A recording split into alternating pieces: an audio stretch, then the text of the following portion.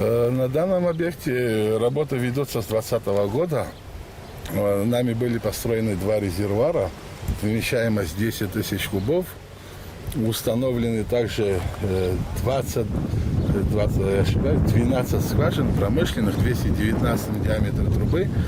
Каждая скважина вырабатывает 30 кубов в час. То есть, в общем, 360 кубов в час скважины вырабатывают, заполняют наш резервуар, а с нашего резервуара уже самотеком, получается, поступают в город Очамчира. Но так как пока в Очамчирах ведутся работы, мы пока не можем пустить воду в Очамчиру.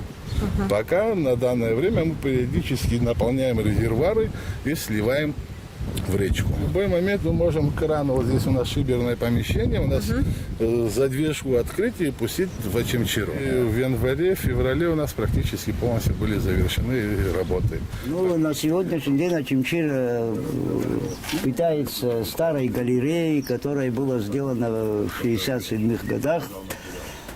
Старым водопроводом. У нас два накопительных бассейна в городе. Один у нас действующий. Вот этим действующим бассейном мы подаем воду городу с 7 часов утра до 9.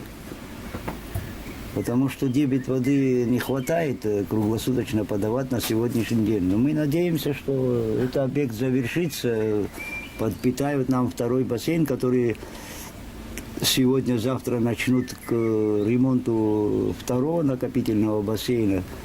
И, наверное, через пару месяцев будет второй накопительный бассейн готов, и мы будем круглосуточно подавать воду.